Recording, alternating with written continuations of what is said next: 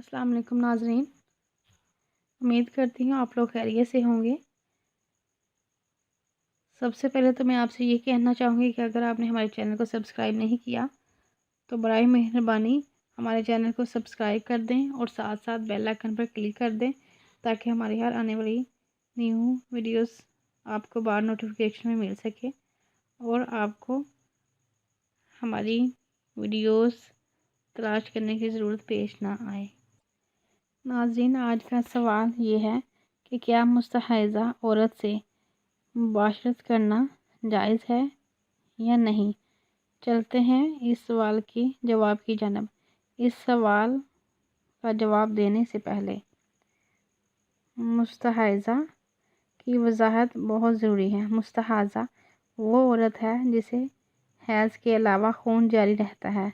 یہ ایک بیماری ہے۔ ایسی عورت سے مباشرت جائز ہے کیونکہ حیض اور استحاضہ کے احکامات الگ ہیں۔ مستحاضہ عورت نماز بھی پڑھے گی، روزہ بھی رکھے گی، اس کا شوہر اس سے مباشرت بھی کرے گا کیونکہ اس سے آنے والا خون حیض نہیں ہے۔ اسی طرح ایک اور سوال ہے۔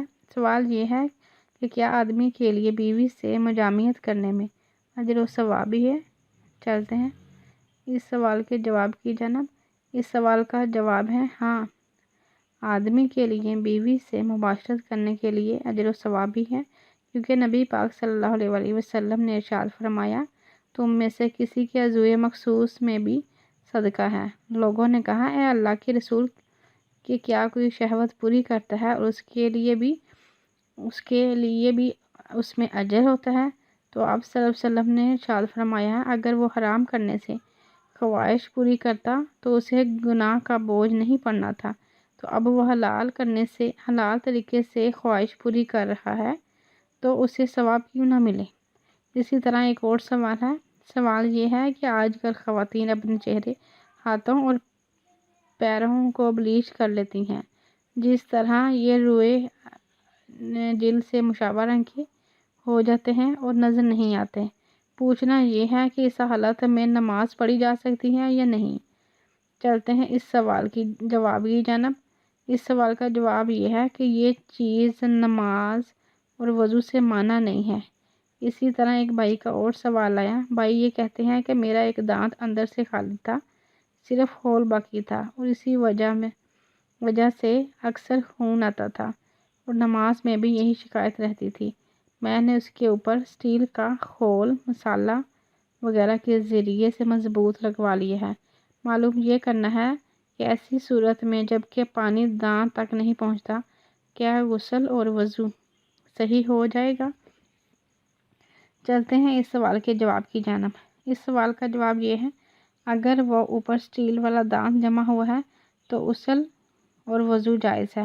اسی طرح ایک اور سوال ہے۔ سوال یہ ہے کہ ایک علم والے نے بتایا کہ بالوں کو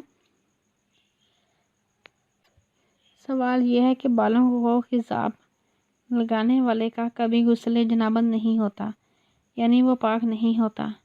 ایسے آدمی کو مسجد سے بھی دور رہنا چاہیے۔ کیا یہ صحیح ہے؟ اس نے یہ بتایا کہ ابو داؤد کی ایک حدیث سے مبارک ہے کہ خضاب لگانے سے جنت کی خوشبو سے دور رہے گا۔ کیا یہ صحیح ہے؟ چلتے ہیں اس سوال کے جواب کی جانب۔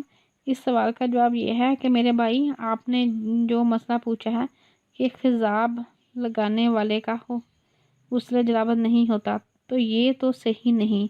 البتہ یہ کہ سیاہ خضاب لگانا جائز نہیں۔ آپ نے جو حدیث لکھی ہے وہ صحیح ہے۔ اللہ پاک ہم سب کو دین کی سمجھ عطا فرمائے اور اس کے مطابق زندگی گزارنے کی توفیق دے۔ اپنا خیال رکھیے گا۔ اللہ حافظ۔